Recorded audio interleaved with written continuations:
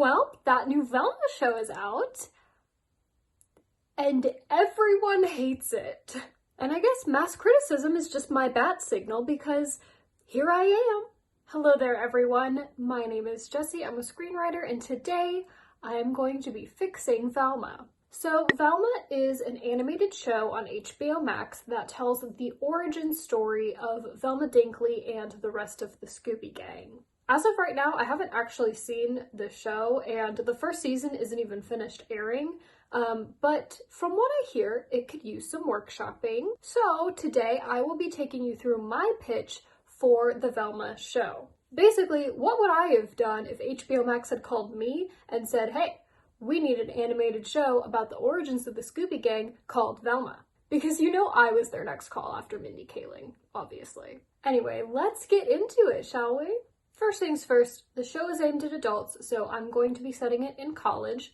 Personal preference. And since everyone loves nostalgia and it's easier to avoid plot holes when no one has a cell phone, we're going to be setting it in the 90s.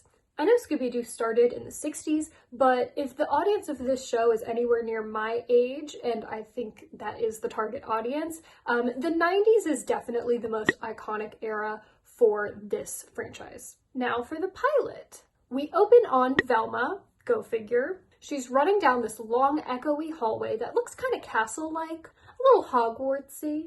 She's really frantic and she's picking up the pace, trying to get to this open door that is slowly closing. And she narrowly makes it just in time, and we reveal that she was running to make it to class on time. Classic bait and switch. Is that a classic bait and switch? She sits down next to her friend Luna, and she explains that she was late to class because she was up all night studying. And Luna's like, lame much? And Velma's like, you didn't let me finish. Studying the effects of alcohol on my brain chemistry. No, she's obviously lying, but apparently this flimsy cover-up works because Luna invites her to a cool kid party on the edge of campus in an open field with the cool kids. After class, the girls are walking through campus and they see a man who is handing out flyers, and he approaches them and he's asking them if they've seen his girlfriend, which they have not. He explains that a couple of nights ago he was supposed to pick up his girlfriend Zelda from the library late at night, and when he got there she wasn't there, and he just caught this glimpse of a ghostly figure disappearing through a wall. So long story short, he thinks that his girlfriend's been kidnapped by a ghost. And Luna's kind of like not buying it. She's like, this dude has smoked a little too much weed. Let's just get out of here, Velma. Don't engage. But Velma kind of has this in the back of her mind for the rest of the day. And she goes to this party, meets up with Luna, and Luna introduces her to the other two members of her cool band. This, of course, would be Thorn and Dusk, the other two members of the Hex Girls.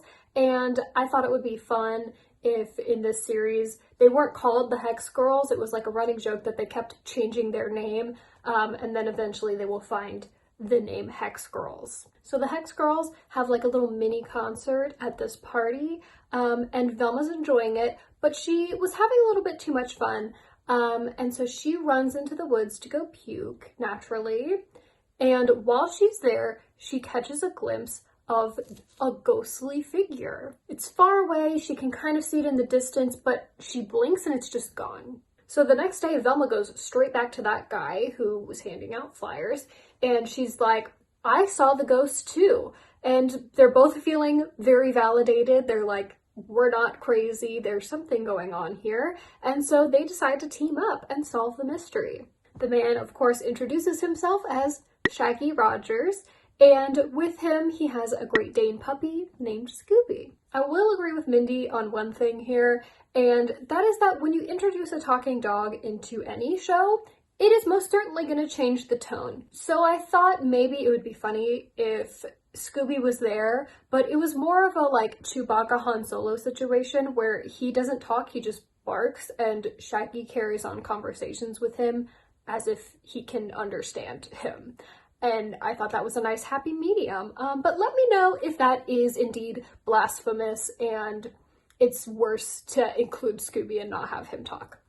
Let me know. Velma and Shaggy do some investigating, and their first lead is that there is a rivalry between the Goths and the cheerleaders, and Zelda was a cheerleader. So since Luna is a Goth, Velma decides to ask her for a little more information, and Luna really does not know anything. She's being a little cagey, but she's like, I have no idea what you're talking about. But while Velma is in Luna's room asking her about this, she drops her glasses, naturally, and when she bends down to pick them up, she sees under the bed a Halloween mask that looks eerily similar to the ghost she saw in the woods. Now, she immediately confronts Luna about this, which may or may not have been advised, but Luna obviously does not take kindly to this accusation, and she kicks Velma out. Velma is very upset by this. She's pretty much ready to quit the case at this point, and to make matters worse, she picks up a copy of the campus newspaper, and she finds an article about a gig that the not Hex Girls, but the Hex Girls performed the night that Zelda went missing, and they have a very clear alibi, so she's feeling pretty bad about herself. So Velma goes to Shaggy, and he's at the library still searching for anything that could lead him to Zelda. And she's like, hey man, I can't do this anymore. Maybe we should just leave it to the professionals. We are just kids. We don't know what we're doing. And if she really was kidnapped by a ghost, this could potentially be dangerous. But Shaggy's really disappointed. He hasn't gotten anyone to believe him, and he's trying to keep Velma on the case. And just then, a woman runs up to them screaming for help. Wouldn't you know it, someone just tried to kidnap her. Velma and Shaggy are quickly trying to figure out what happened. They're like, who are you? What's going on? And she just says, my name is Daphne Blake. End of episode. So that is the mystery for the season. The gang will try to find Zelda and also all of the other students that are going missing over the course of the season. And in the process, Velma is going to learn to love herself and embrace her intelligence rather than hide it away in fear of seeming uncool. Uncool? In Coolsville?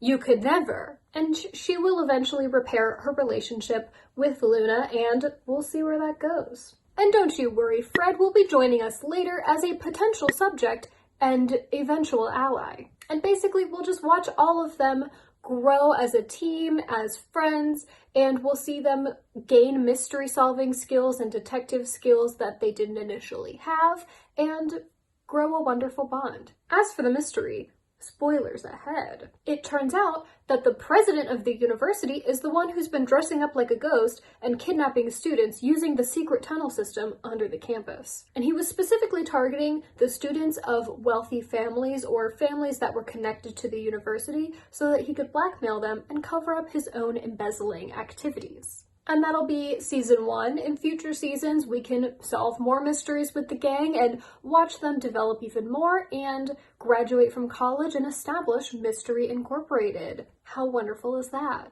But that is all I have for you today, friends. I hope you enjoyed listening to my take on the Velma series. And let me know what your thoughts were in the comments below. What would you include? Let me know if you liked the changes I made. And what were your thoughts on the Velma series if you've watched it? And I will see you next time, guys. Bye!